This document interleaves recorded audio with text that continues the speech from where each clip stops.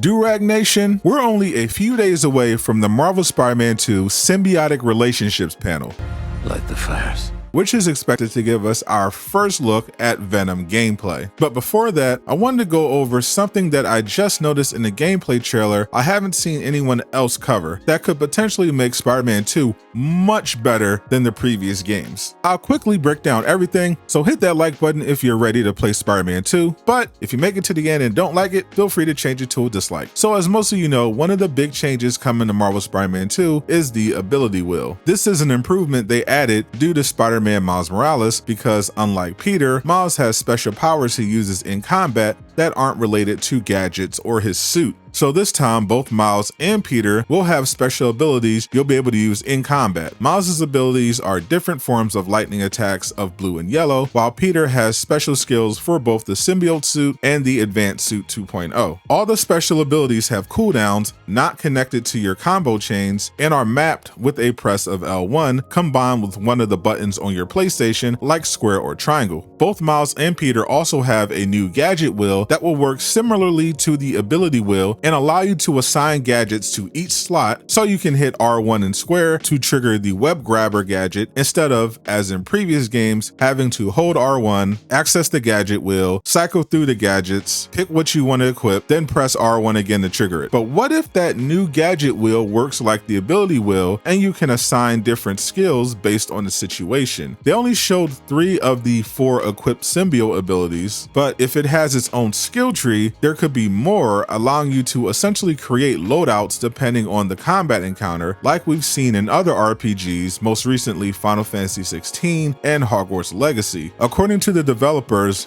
Miles and Peter also have a shared skill tree. What if that included team-based special abilities that you could unlock and equip for situations where Miles and Peter are in the same mission? And what if you could access those team abilities outside of story missions when free roaming and doing random crimes, and just have Miles or Peter join the fight instead of simply switching? Since they're committed to making this a team-up game, that makes the most sense to me and would be amazing if true. Hopefully we learn more about this at Comic-Con, which just got some exciting new updates and reveals about Spider-Man 2, which I'll cover in the next video on screen.